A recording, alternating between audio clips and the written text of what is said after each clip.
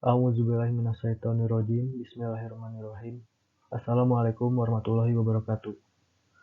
Perkenalkan, nama saya Farhan Nurjamal. Di video kali ini, saya akan mempresentasikan Ma'rifatul Quran. Ta'riful Quran atau mengenal Al-Quran. Al-Quran diturunkan secara mutawatir, yang artinya secara berturut-turut atau berurutan. Al-Quran diturunkan kepada Nabi Muhammad melalui malaikat Jibril secara bertahap, sesuai dengan permasalahan yang terjadi dan dialami oleh Nabi Muhammad saat menjadi Rasul. Turunnya Al-Quran atau yang lebih dikenal dengan istilah Nuzul Quran. Bahkan terdapat peringatan Nuzul Quran sebagai bentuk penghormatan dan pengagungan terhadap Al-Quran. Al-Quran diturunkan pada bulan Ramadan kepada Nabi Muhammad SAW. Dan membaca Al-Quran merupakan suatu ibadah, seperti firman Allah dalam Quran Surat Fatir, ayat 29. A'udzubillahiminasyaitonirrajim. Innal ladzina yatluna kitaballahi wa aqamus sholata wa anfaqu mimma razaqnahum sirran wa alaniyatan yarjuna tijaratan lan tabur. Yang artinya, sesungguhnya orang-orang yang selalu membaca kitab Allah, Al-Quran, dan melaksanakan sholat dan menginfakkan sebagian rezeki yang kami anugerahkan kepadanya dengan diam-diam dan terang-terangan, mereka itu mengharapkan perdagangan yang tidak akan rugi. Al-Quran turun selama 22 tahun, 2 bulan, 22 hari. Terdiri dari 30 juz, 114 surat, 6.236 ayat, 74.437 kalimat, dan 325.345 kata. Surah pertama yang diturunkan adalah Quran Surat Al-Alaq ayat 1-5. Diturunkan pada malam 17 Ramadan tahun 610 Masehi di Gua Hiro.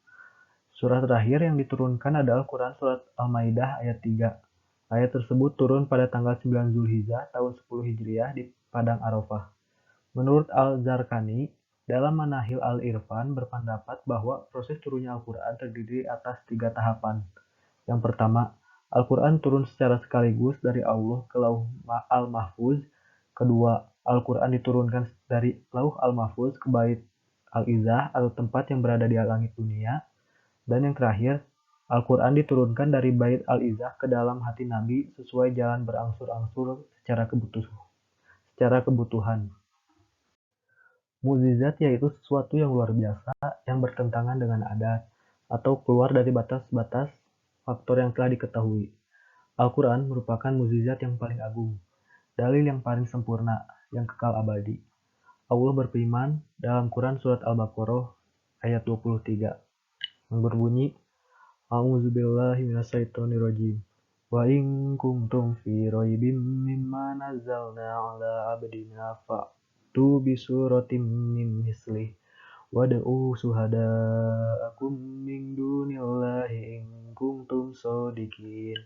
Yang artinya, dan jika kamu meragukan Al-Quran yang kami turunkan kepada hamba kami, Muhammad, maka buatlah satu surah semisal dengannya dan ajaklah penolong-penolongmu selain Allah jika kamu orang-orang yang benar. Al-Quran dari segi isinya pun mengandung mukjizat pula, di antaranya. Pertama, di dalam Al-Quran terdapat berita-berita dan janji-janji mengenai masa yang akan datang, di mana hal itu merupakan hal yang di luar kemampuan manusia untuk mengetahuinya. Dan yang kedua, di dalam Al-Quran terdapat pula fakta-fakta ilmiah yang tidak mungkin diketahui manusia di tanah Arab pada waktu itu. Tetapi fakta-fakta tersebut dijelaskan dengan tepat dan sekarang dibuktikan kebenarannya. Keistimewaan Al-Quran sebagai mukjizat yang dimiliki Nabi Muhammad. Yang pertama, Al-Quran diturunkan dan dijaga langsung olehnya. Yang kedua, Al-Quran tidak turun sekaligus. Yang ketiga, bersifat pembenar dari kitab-kitab sebelumnya. Yang keempat, berlaku untuk seluruh umat manusia. Asmaul Quran atau nama-nama Al-Quran. Secara bahasa, Al-Quran adalah bacaan karena seluruh isi dalam Al-Quran adalah ayat-ayat firman Allah dalam bentuk bacaan yang berbahasa Arab. Secara istilah, Al-Quran merupakan firman Allah yang berbentuk mukjizat, diturunkan kepada Nabi terakhir melalui malaikat Jibril yang tertulis di dalam mushaf yang diriwayatkan kepada kita dengan mutawatir merupakan ibadah bila membacanya, dimulai dengan surat Al-Fatihah dan diakhiri dengan surat An-Nas. Allah berfirman dalam Quran surat Al-Waqiah ayat 77 yang berbunyi, Innahu laqur'anun karim. Artinya, dan ini sesungguhnya Al-Quran yang sangat mulia. Nama-nama lain Al-Quran. Yang pertama, Alkitab atau buku. Yang kedua, Al-Huda yang artinya petunjuk. Ar-Rahman yang artinya rahmat. An-Nur yang artinya cahaya. Ar-Ruh yang artinya ruh. Asy-Syifa yang artinya obat. Al-Haq yang artinya kebenaran. Al-Bayan yang artinya keterangan. Al-Mau'izah yang artinya nasihat.